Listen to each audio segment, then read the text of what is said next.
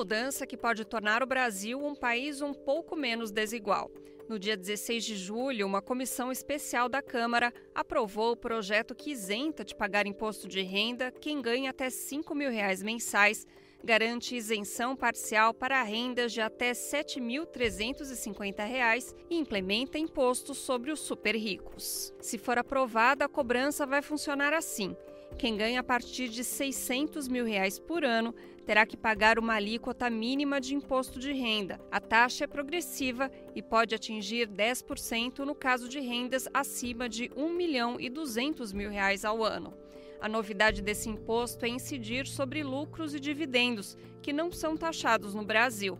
A medida não afeta quem ganha altos salários, porque nesse caso o imposto de renda já é descontado na fonte. O novo imposto deve atingir pouco mais de 140 mil brasileiros e pode garantir isenção total ou parcial do imposto de renda para 10 milhões de contribuintes. O projeto tem como objetivo amenizar um problema histórico do Brasil.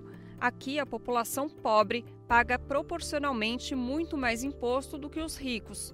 Estudo da Oxfam mostra que os 10% mais pobres comprometem 32% da renda com pagamento de tributos.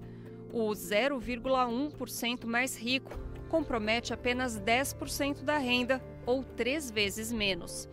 Países desenvolvidos já adotam medidas para garantir que os mais ricos contribuam mais, inclusive com taxações sobre o patrimônio.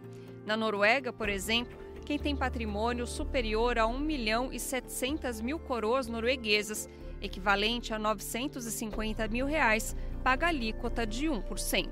Quais os avanços e os limites do projeto em tramitação no Congresso brasileiro? Como o país pode garantir mais justiça fiscal? Olá, eu sou Luana Ibelli e este é o BDF Entrevista. Por aqui sempre um bom papo sobre temas atuais com a visão popular que é a marca do Brasil de Fato. Aproveito para te mandar um abraço, você que acompanha a gente no YouTube do Brasil de Fato, na Rede TVT. Obrigada pela companhia. E aqui comigo hoje para a gente falar sobre todos esses assuntos, imposto, taxação dos super ricos, eu recebo Clair Hickman, presidenta do Instituto Justiça Fiscal. Bem-vinda, Clair. Obrigada por ter topado o nosso convite. Obrigada pelo convite. Vamos conversar sobre o tema. Que é um tema complicado, né? Mas que tem jeito, a gente vai contar tudo porque esse tema é tão importante e aproveitar esse momento, né? Que é um momento muito importante também para falar disso. Clair, começando pelo básico. Como você avalia essa proposta atual de isenção, né, do imposto de renda para quem ganha até R$ 5.000 e o desconto parcial até R$ 7.350? Quem são essas pessoas e o que muda na prática para elas? Olha, essa proposta é extremamente importante como um primeiro passo no caminho para um pouco de justiça fiscal e vai beneficiar muitas pessoas que ganham nessa menos de 7.350. Segundo estimativas do governo, entre 10 a 12 milhões de pessoas pagariam menos imposto, né? Então, e dentro desse quadro, acho que são muitos professores que se enquadram ali, professores municipais, estaduais, sei que eles ganham nessa faixa. Eu até achava que eles ganhavam mais, porque merecem mais, mas então vai beneficiar muito essa faixa de trabalhadores, né, que ganham até esse valor aí. Então, eu acho que é bastante benéfica a proposta, mas eu acho ela também muito tímida diante da grande disparidade e concentração de renda que nós temos no Brasil e a desigualdade. Então, um rico que ganha mais de 1.200.000 por ano, pagar 10% é muito pouco, ele vai pagar muito menos do que paga uma professora, proporcionalmente à sua renda, né? Então, acho que sim, na minha visão, a alíquota tinha que ser no mínimo 15%, no mínimo 17%, e já explico por que 17%, porque o Brasil tem uma legislação, uma lei, que diz que considera paraíso fiscal aquele país que tributa a sua renda a uma alíquota inferior a 17%. Ou seja, o Brasil é um paraíso fiscal para os ricos. Para os ricos, você falou bem. Enquanto que os trabalhadores de classe mais baixa, que ganham menos de 10 mil reais, né, vamos por assim, eles acabam pagando em torno de 30% a 35% da sua renda vai para impostos. Só que as pessoas não percebem, não têm consciência disso. Por quê? Porque isso é cobrado sobre o consumo, sobre bens e serviços. Você vai no supermercado, você vai numa loja comprar uma roupa, um calçado, você está pagando imposto sobre aquilo. E como não está explícito, a pessoa não sabe quanto que está pagando. Então, e a gente diz que o sistema tributário é regressivo exatamente por isso, porque nosso sistema tributário brasileiro, o sistema tributário brasileiro, ele cobra muito imposto sobre bens e serviços, sobre consumo. De tudo que nós arrecadamos, 59% aproximadamente é proveniente de impostos sobre o consumo. Enquanto que nos outros países isso é muito menos, é metade mais ou menos, em torno de 30%.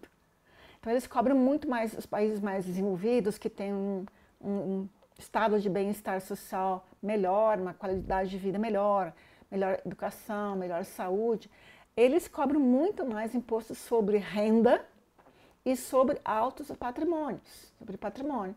E no Brasil é o contrário, a gente paga, quem tem grandes propriedades rurais, teria que pagar, paga o ITR, o Imposto Territorial Rural, uma coisa insignificante.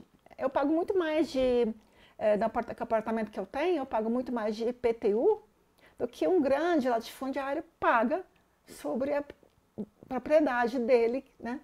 Então, assim, o sistema tributário é muito injusto. A gente precisa mudar isso. Isso já é antigo, não é de agora, né? E tem outros aspectos de nós precisamos cobrar mais imposto de renda da pessoa física. No imposto de renda da empresa, pessoa jurídica, ela paga já uma alíquota de 25% de imposto de renda e mais os 9% de contribuição social sobre o lucro. Isso é uma alíquota nominal de 34%. O banco paga um pouco mais, mas a alíquota efetiva deles, que importa, é muito menor. Ela não chega a isso. A média é 18% que eles pagam sobre o lucro. Agora, enquanto os outros países pagam muito mais. Nos outros países, as grandes corporações pagam muito mais. Então, a gente tem muito problema para resolver, mas eu considero que o projeto é um primeiro passo. Tá? A gente sabe que a briga no Congresso é muito grande, né? E a correlação de forças é completamente injusta, né? A gente sabe. Mas eu acho que a sociedade tem que se unir, tem que tomar conhecimento de que quem paga a conta é a classe trabalhadora, né? E enquanto que os ricos, super ricos e altas rendas não pagam nada. E por que isso acontece? Porque vem acontecendo, piorando a situação desde 96. Porque em dezembro de 95, Fernando Henrique Cardoso, né, então presidente, aprovou uma lei que chama número 9249, que a partir de 96 tornou isento, totalmente isenta a distribuição de lucros e dividendos. Que é um ponto muito importante dessa discussão, né? Queria entrar justamente aí, Clair. Exatamente. Vai ter taxação, então, dos lucros e dividendos? Como que está isso hoje e como você considera essa taxação dentro dessa questão da justiça tributária? Então, ela é fundamental para cobrir o caixa do dinheiro que, com a isenção, né, de quem ganha até 5 mil e a redução de imposto entre 5 mil e 7.350, isso é um dinheiro que vai deixar de entrar para os cofres do governo federal. Que é um argumento muito utilizado, inclusive, né? Olha, a gente vai tirar esse dinheiro, ele tem que vir de algum lugar. Sim. E aí, o mais justo é que venha de quem tem mais, porque justamente não é taxado esse lado, né, dos lucros e dividendos. Exatamente. E é uma discussão tão difícil de fazer, né? Tão difícil porque, né? Porque a grande imprensa, né, o nosso Congresso, defendem a elite que quer continuar nesse privilégio, né? Eu sempre digo que esses 10% acima de quem ganha 1.200.000 no ano só, abaixo disso de 600 mil ao ano, até 1.200.000, não chega nem a 10%. paga De pouco. quanto de dinheiro a gente está falando, Clair? Porque assim, se a gente está falando de taxar os super ricos, é um número pequeno de pessoas, mas com um dinheiro muito alto, né? Sim. Quanto que isso realmente compensa? É tão grande assim a desigualdade que Muito a gente grande. deixa, o pobre deixando de pagar e o rico pagando, mesmo que em menor número, a gente consegue equilibrar essa balança? Segundo os cálculos do governo, né, pelo que eu andei lendo, com essa renda, com isso ele teria uma arrecadação, incluindo, veja, a remessa de lucros e dividendos ao exterior, que também é isenta, ele vai passar a cobrar 10%, mais para residentes, né, até 10% para quem é residente. Com isso ele conseguiria uma arrecadação em torno de 20, uns falam de 25, outros 27, 28 bilhões. Bilhões. Então você imagina quanta riqueza concentrada, acumulada em 141 mil pessoas só que vão pagar um pouquinho. Então, assim, a gente tem que apoiar a proposta do governo, né? Mas, como eu disse, é bastante tímida e para mim é muito insuficiente. O que eu defendo? O que eu acho que é o justo, correto? Por que eu sou uma assalariada, ou você, ou quem está nos ouvindo, e paga seu imposto de renda de acordo com a tabela progressiva mensal ou anual, que chega a 27,5%. Ok, a minha alíquota efetiva fica em torno de 21, 22%. Depende muito do que você tem para deduzir, despesas médicas, dependentes. Eu não tenho mais dependente, mas tenho despesas médicas, plano de saúde, que eu posso deduzir. Então, a minha alíquota efetiva fica em torno disso. Por que eu tenho que pagar 21, 2%?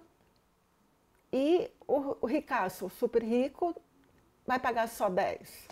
Clair, aí você falou da tabela, eu queria entrar nesse ponto, né? Para a gente entender essa proposta do governo, a gente está falando de redução, de isenção, mas ela está fora da tabela, que também é uma discussão super importante nesse ponto, né? A gente não mexeu, então, na tabela do imposto de renda. Explica pra gente o que está acontecendo. É muito importante você tocar nesse assunto, porque esse é um problema crônico, né?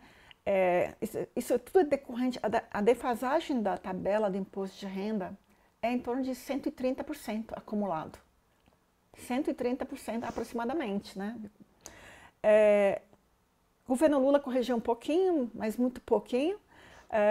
Os outros governos anteriores, o governo do Temer e do Bolsonaro, não corrigiram absolutamente nada. E quando você não corrige a tabela do imposto de renda, o que você está fazendo, na verdade? Você está aumentando, cobrando mais do assalariado, do trabalhador. Porque quando a renda dele sobe, vamos por assim, só corrige a inflação, então não é um ganho, é apenas a manutenção do teu salário, né? Quando você sobe o teu salário em decorrência da inflação e a tabela não é corrigida de acordo com a inflação, ele está comendo mais um pedaço, o imposto está comendo um pedaço do seu salário. É super importante você falar isso. A gente estava na redação esses dias aqui fazendo os cálculos do aumento do nosso salário pela inflação e vendo se ele ia entrar na tabela e a gente pensando, nossa, a gente vai pagar mais imposto por causa disso. Então, até um ganho que a gente precisa ganhar no dia a dia mesmo, ano a ano, acaba sendo comido por essa tabela, né? Não dá nem para comemorar o aumento de salário. Exatamente. Então, assim, isso é extremamente importante que a sociedade se una, tá? Para que pleitear, eu acho que tem que ser, depois de passar essa fase aí, tem que continuar a campanha de taxar os super ricos para poder corrigir a tabela do imposto de renda. E isso tudo, por que a tabela parou ali e não foi corrigida? Não só é uma por pergunta, acaso. Clair, só para entender, é diferente a proposta que está sendo hoje de correção de tabela, né? Essa correção, essa isenção é fora da tabela? Explica pra gente. Isso é importante, esse detalhe que você colocou aí, apontou, que na verdade, nesse projeto projeto 1087, né, do governo, ele não está corrigindo a tabela do imposto de renda em si. Ele está fazendo o quê? Ele está fazendo um desconto por fora. Então, se eu ganho 10 mil reais, tá, eu não vou ter nem um centavo de redução. Para mim não vai ser corrigido. Tá? Então, o que acontece? Por que o governo decidiu fazer isso? Porque senão ele ia precisar muito mais de arrecadação ainda. Então, ele vai dar um desconto, como assim, você calcula normalmente o seu imposto de renda, de acordo com a tabela atual, vigente em 2025, né? E até, acho que ano que vem deve mudar de novo, um pouquinho lá na inicial, e aí você vê se você ganha entre esse valor aí, até 7.350, aí você aplica um redutor. Tá? Então, na hora de pagar lá, de fazer o nosso imposto de renda, né, aquele processo todo, é nesse momento que isso vai acontecer? Sim, você já faz mensalmente. Já faz mensalmente? Né, já vai reduzir mensalmente. Por exemplo, no Olerite isso já aparece, como que vai ser? A empresa que paga o teu salário, ela já vai fazer a aplicação. Assim como ela faz o cálculo e desconta no teu Olerite, ela também já vai fazer o cálculo de quanto que você tem direito à redução e já vai descontar menos. Se você ganha menos que 7.350. Se você ganha até 5 mil, tudo que apurar, você não vai pagar nada, zero. Agora, entre esse valor, tem esse cálculo que é um desconto. Nossa, já é uma mudança no dia a dia, né? Você vê ali na prática, no fim do mês, a mudança acontecendo. Muito importante. Então, assim, eu acho que é importante a gente entender que a não correção na tabela foi intencional esse período todo. Teve uma correção na época do governo do Lula, 1 e 2, e Dilma. Depois não teve, e antes disso, né, já tinha, não houve correção.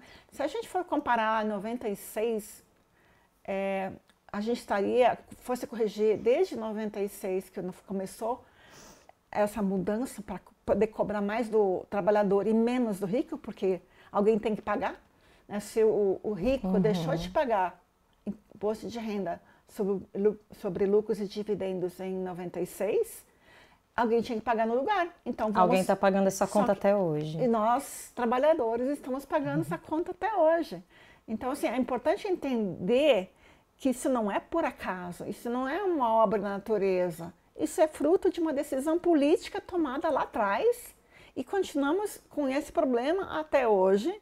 E se a gente tivesse corrigido a tabela de acordo com a inflação nesse período todo, a gente estaria com uma faixa de isenção de torno de 8 mil reais, segundo alguns cálculos. É muita coisa, ou seja, a gente está pedindo isenção para 5 mil quando poderia ser 8, né? Exatamente. E a faixa do salário mínimo, que seria viável para uma vida com todas as necessidades atendidas, está na faixa de 7.100 hoje em dia. Segundo o Diese, né? Cálculos do Diese, né? Ou seja, a gente está falando de... nem vamos chegar nos 8 mil, vamos falar dos 7.100, que é o salário mínimo, já é muita diferença para os 5 mil que a gente tem, ou seja, ainda é pouco, né? É um avanço, mas a gente precisa deixar muito evidente, né, para as pessoas que assistem, que a gente ainda está começando e ainda tem muito, né, para conquistar nesse sentido. Sim. O Sindifisco, que é o Sindicato dos Auditores Fiscais da Receita Federal, que eu sou associada, filiada a esse sindicato, ele está com uma proposta super interessante que nós do Instituto de Justiça Fiscal, nós apoiamos, que é corrigir a tabela em pelo menos em 15,78%, que é a inflação dos 3 anos de governo Lula. E com isso, para que a gente consiga recursos para isso, a gente elevaria essa alíquota de 10% máxima para os mais ricos a 15%.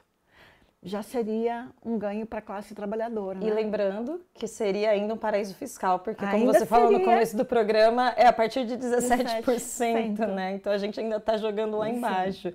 Agora, Clair, quem ganha entre 7.350 e 50 mil vai continuar sendo tributado normalmente. Normalmente. Essa faixa intermediária, como que a gente pode falar? Se trata de um vazio da proposta ou não? Como que fica essa faixa aí no meio de tudo isso? Enfim, existe... Você acha que a proposta poderia entrar também nessa faixa, pensando no mundial? Porque a gente está falando aqui de uma classe média, né? Nesse sentido, que é bastante tributada também. Exatamente, é a classe média trabalhadora que paga, né, a conta do Brasil, né? Financia o Estado brasileiro. Precisava corrigir a tabela exatamente por isso, né? como que a gente defende no mínimo a inflação dos últimos 3 anos, mas ainda não é o ideal, o justo, que eu diria, né? Precisávamos corrigir a tabela. E uma outra questão que a gente defende muito, nós do Instituto de Justiça Fiscal, que sejam criadas alíquotas maiores que 27,5%, que chega a 45%, para rendas bem elevadas. Mas não basta fazer isso, de criar alíquotas elevadas que incidem só sobre o trabalhador, renda do trabalho. Primeiro, tem que isentar todos os lucros e dividendos, acabar com essa isenção, tá? Fazendo a extinção desse artigo lá, 10 da Lei 9249. Então, fazer com que eles paguem impostos de forma igual ao trabalhador. Por que eles tributam a renda deles separada da nossa tabela? É interessante, né? Porque justamente a renda que vem do enriquecimento, ela não vem de trabalho. Eu não sei, olha, eu tô muito assistindo a novela agora das 8, não sei se você é noveleira, Clair, mas eles falam muito, enfim, tem toda essa discussão, né, da nova geração, de que quem trabalha no Brasil acaba não enriquecendo, né? Porque o dinheiro que a gente, do trabalhador mesmo, do dia a dia, do seu salário, ele não é de onde vem a sua renda, né? Então a nova geração, ela tá muito nessa discussão de enriquecer, porque você percebe que muitas vezes é a exploração mesmo de onde vem essa riqueza, né? Ou seja, a riqueza do lucro e dividendo, que é o que enriquece essas pessoas, não é tributada da mesma forma que o salário do dia a dia. Isso é injusto, Exato. né? É injusto e, para mim, isso até é uma afronta à Constituição brasileira. Porque se a gente vive num país que se diz uma república democrática, o que é república democrática? Onde pressupõe que os direitos e deveres sejam iguais. Cidadãos com a mesma capacidade contributiva devem pagar igual. Se a minha capacidade contributiva é 300 mil de rendimento no ano, o outro que ganha 1 milhão tem que pagar mais do que eu. Porque tem que ser progressivo também. Não basta ele pagar o mesmo percentual que eu, ele tem que pagar um percentual maior sobre aquela renda que é maior que a minha. E não é nem igual, é menos, né? Na verdade, eles pagam menos. E eles pagam menos, então a equação está totalmente invertida, né? Então eu defendo, de acordo com os princípios da nossa Constituição, que é muito boa, aliás, que eles querem acabar com essa Constituição, o Congresso que está aí quer acabar com a Constituição, já vem, né, aos poucos está reduzindo os direitos. De acordo com a Constituição, temos lá o princípio da igualdade, o princípio da capacidade contributiva, o princípio da progressividade. Todos são princípios de justiça tributária. Eles não estão sendo aplicados. Muito pelo contrário, logo em seguida, quando a Constituição foi promulgada em 88, no mesmo ano saiu uma lei reduzindo a alíquota de imposto de renda, que era 45%, para 25%. E daí reduziu para 2 alíquotas só. Depois aumentaram algumas no meio, mas não passou de 27,5%. Enquanto que você vai olhar os outros países, vão para a França, tem a alíquota chega a 45%. E lembrando, essas alíquotas, é sempre importante bater muito nessa tecla, né, Clair? Porque o discurso feito é que esse imposto que o pobre paga muito imposto, que vai pagar mais imposto ainda. Então, quando você fala que vai aumentar 45% de imposto, a gente está falando de quem tem dinheiro no Brasil. É para essas pessoas que essa alíquota deveria subir. Exatamente, para rendas muito elevadas, né? E a gente está falando de rendas de quanto por mês, assim, só para a gente ter uma noção. Olha, daí a última declaração de imposto de renda da Receita Federal, que lá divulga, né, os dados estatísticos, tinha um cidadão lá que tinha uma renda no ano, de mais de 5 bilhões. Não dá nem para contar no mês, eu não sei quanto nem que a gente o que é um divide. bilhão, né? 5 bilhões no ano, imagina por mês, é muito dinheiro. Então, assim, ali acima dos 0,01%, a renda é assim, acima de 1 milhão, né? No mínimo. Por mês, assim. Então, assim, é muito dinheiro. A gente não tem nem noção do que é, né? Noção. Agora, Clair, eu quero entrar também no que a população brasileira acha sobre tudo isso, né? Saiu uma pesquisa da Quest com muitos números interessantes para a gente avaliar o que o brasileiro pensa sobre a taxação dos super ricos. Vamos ver. maior parte da população brasileira quer justiça fiscal. Segundo pesquisa Quest divulgada em 16 de julho, 60% defendem aumentar o imposto para os super ricos, enquanto 75% apoiam a isenção para quem ganha até R$ 5.000 por mês. Mais do que isso, 63% concordam que os mais ricos devem pagar mais, se isso significar aliviar o peso tributário sobre os mais pobres. Mas ainda há muita desinformação. Mais da metade dos entrevistados, 56%, disseram que não sabiam que o governo Lula tem uma agenda de justiça tributária em andamento. E o debate ainda é sensível. 53% acham que colocar ricos contra pobres é exagerado e aumenta a polarização, enquanto 38% acreditam que é necessário para expor os privilégios de poucos. Se a maioria quer justiça fiscal, por que ela ainda parece tão distante? Quais estratégias podem mudar esse jogo? Perguntas fundamentais para a gente debater agora, né, Claire? Então, queria te ouvir. O que você acha desses números? É animador saber que tanta gente apoia a justiça fiscal? Ou seja, a gente muitas vezes está falando aqui que é um conceito difícil para a população, mas não é tão difícil. As pessoas entendem que é importante que os ricos paguem mais impostos e isso está muito explícito nos dados que a gente viu, né? Sim.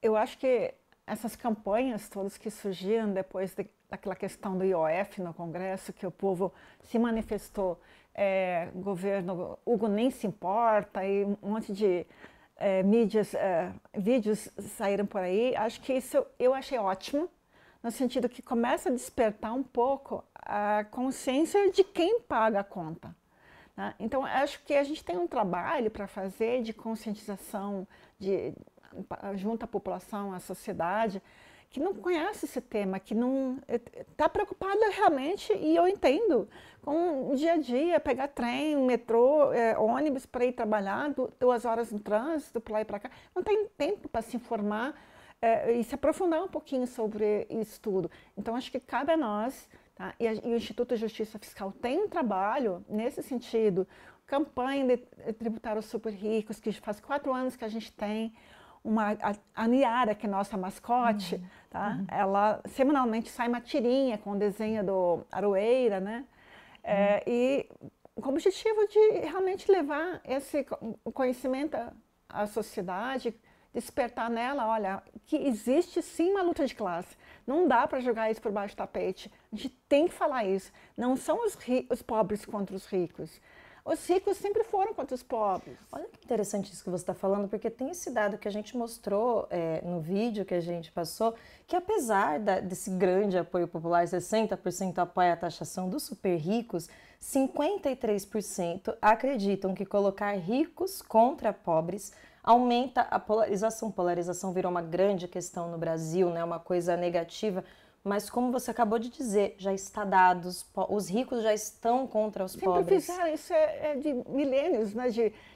Desde o Brasil foi descoberto, desde o começo sempre foi isso, de exploração. A gente tem que falar disso, não pode não falar, a gente tem que falar. E por que é tão difícil para a população? Que medo é esse, né? O que explica esse medo de a gente não quer entrar nessa discussão, é melhor não polarizar? As pessoas parece que não gostam preferem ficar em paz, acho que isso vai dar problema para eles, porque a pessoa depende do emprego e depende do super rico para ser empregada, então não quer confronto, mas acho que a gente tem que ir para o confronto. Não é um confronto negativo, muito pelo contrário, é um confronto positivo no sentido de eu tenho consciência da minha cidadania, que eu tenho direitos e deveres. E não tenho só deveres, eu tenho direitos e não é justo num Estado democrático, uma república que a gente vive, que tem uma classe de privilégio. Privilégio acabou quando acabou a monarquia, né? Na época, nos livros que você lê sobre a história francesa, da Revolução Francesa, está lá, porque os nobres não pagavam impostos, o clero não pagava impostos, né? Os aristocratas não. Quem pagava era só os pobres, e a pobreza era muita. Segundo, a gente adotou a república, pressupõe que todos nós sejamos iguais. Mas isso está longe de acontecer ainda, né? Ainda a gente está longe, mas a gente não Por isso que a gente tem que continuar a luta, tem que continuar fazendo trabalho de conscientização e mostrar que é luta de classe, sim, tá? E que não tem nada de errado nisso. Tá? E que é exatamente esse conceito que vocês lutam, que é a justiça fiscal. E eu queria entrar num ponto, Clay, que é: justiça fiscal se trata apenas de aumentar os impostos? Que conceito é esse, né? O que esse conceito significa de verdade? Ele é amplo, ele entra na desigualdade. Queria que você falasse. Sim, justiça gente. fiscal, quando nós no Instituto Justiça Fiscal falamos sobre isso, ele porque ele abrange os dois aspectos do orçamento público. O orçamento público que entra receitas, que são os impostos, e tem as despesas que saem. Então você, quando vai nas despesas, a gente paga SUS, né? Financiamento do SUS, das escolas públicas, todos os recursos para fazer estradas, ruas, etc, né? Isso são os gastos, né? Então você precisa gastar bem aqui. Só que a gente também tem que falar quando o governo gasta, por exemplo, com os juros da dívida, porque nossa Selic é muito alta. Então 800 bilhões ao ano, dizem que faz só nisso. Então, assim, isso a gente não fala, e quem ganha com isso? São os super ricos, né? Quem vive de renda, aplica ali. Então, a gente tem um gasto enorme ali. Então, a gente está falando. E, por outro lado, a gente tem que ver quem é que está pagando esse imposto. Quando a gente fala dos ingressos no orçamento, que tem, como eu falei, tem as receitas e tem a despesa. Nas receitas, são os impostos. E da onde vem? Quem paga? Que é o que você falou lá no começo do programa. Uma bala que a gente compra, a gente já está contribuindo para essa receita que você está falando. Exatamente. Às vezes eu converso com a moça que trabalha comigo, ela de limpeza de casa uma vez por semana. Eu não tenho empregada, né? Eu mesma cozinho, faço meu serviço do dia a dia. Uma vez por semana ela vem limpar a casa. Eu converso com ela sobre isso. Aí eu disse, não, eu não pago impostos, ela disse. Eu não faço declaração de imposto de renda. Aí ela disse, deveria fazer? Eu falei assim, pela tua renda, deveria. Porque ela tira em torno de 4.500 e 5.000 por mês, como faxineira. Né? Aí ela disse, mas eu não pago e eu não pago mais imposto. Eu falei assim, você paga muito. Porque quando você saiu daqui, passou no mercado ali, comprou uma coisa para levar para casa para comer, você está pagando imposto. Sério? Ela me disse. Muito imposto, né, Cleia? Muito imposto. Quanto é esse imposto? Eu falei assim, do teu salário, tudo que você gasta, em torno de 33% você deixa lá para o governo. Ela ficou assim, como assim? Né? Pois é, enquanto que o super rico, ele não deixa 33% da renda dele para o governo. Não deixa. Ele deixa um décimo, né? Porque o super rico, ele também consome, ele também paga esse imposto do consumo. A questão é que a renda que ele está ganhando ali, desses lucros e dividendos, é pouquíssimo tributada. É disso, de novo, né? É bom falar sempre disso. Então, assim, eu quero só voltar um pouco, falar do projeto do governo. Quando eu li o relatório do Lira, né, que foi aprovado na comissão essa semana passada, né, eu fiquei muito indignada porque ele excluiu novamente, desses 10% que vão ser tributados, ele excluiu a renda do agro. Porque você sabe que os rendimentos da atividade rural de uma pessoa física, ela pode tributar, ele tributa só 20% de tudo que ele ganha. Só 20% é considerado rendimento tributável. Então, se ele ganhou 100 milhões, ele vai tributar só 20. E com o projeto do governo, esses outros 80 entraria no cálculo do até 10%, né? O Lira tirou.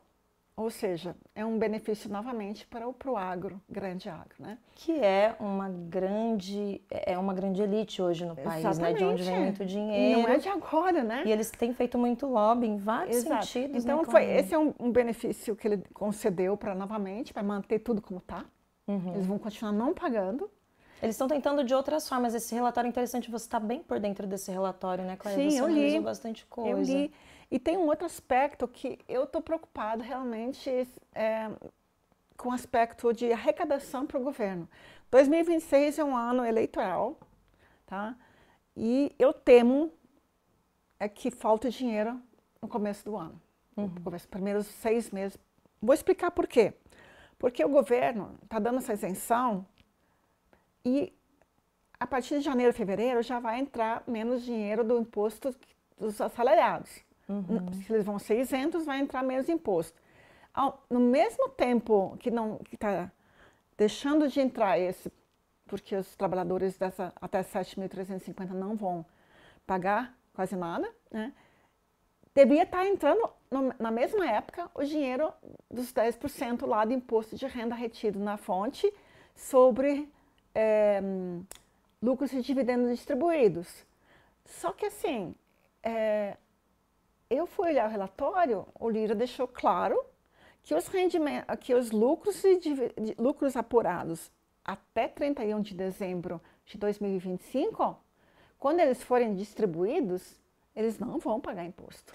Ou seja, porque só vão pagar... isso só vai entrar no imposto de renda lá de 2026, 2027? Mas veja só o seguinte, só os lucros, o resultado das empresas geradas a partir de 1º de janeiro de 2026, lucro gerado. Quando ele for distribuído, que vai incidir imposto. Quando é que o lucro de 2026 vai ser distribuído? Não é em janeiro de 2026, não é em fevereiro. Quando a empresa fechar o balanço, ela distribui. Às vezes demora alguns meses para distribuir.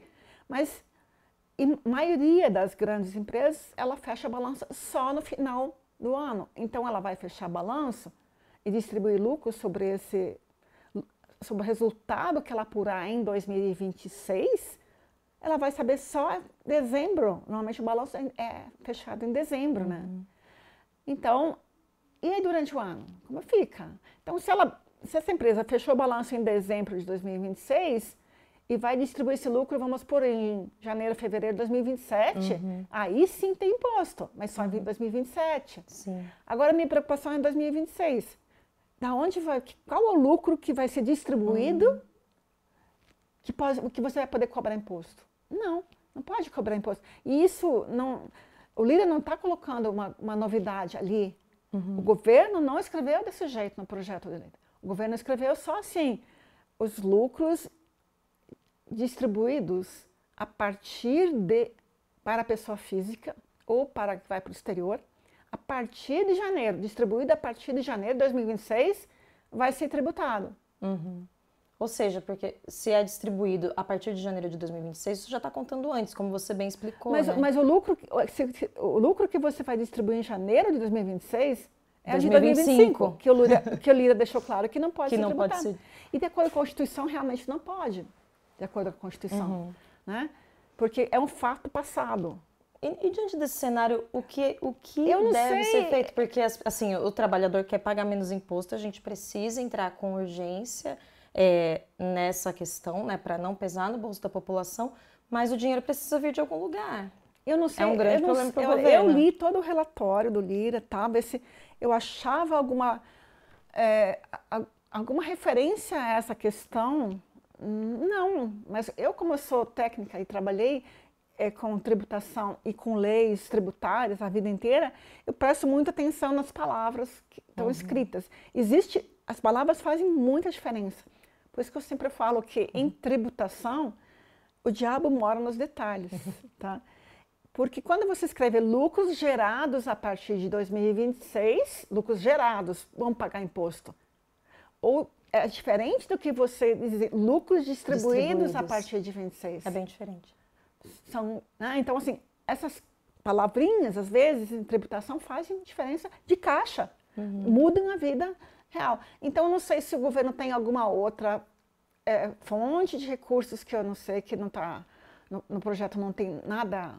É importante você falar isso porque é o tipo de coisa que pode até inviabilizar a proposta, né, Exatamente. Clair? Que dá o argumento para dizer, olha só, isso não dá certo, porque você fez a isenção, fez o desconto e agora a gente não tem mais de onde tirar. E é toda uma questão do ajuste da proposta. Existe ali, para mim, um descompasso entre o que sai ou deixa de entrar e o que deveria estar entrando de recursos para o caixa do governo, né?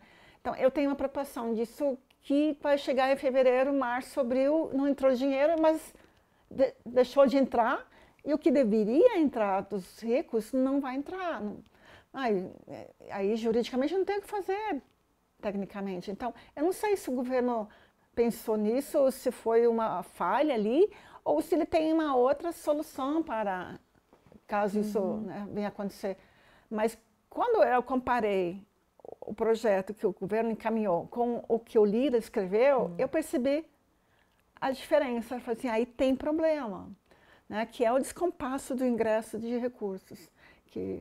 Então, isso é uma preocupação, e se puder falar com alguém sobre isso, eu não conheço, não tenho proximidade, né?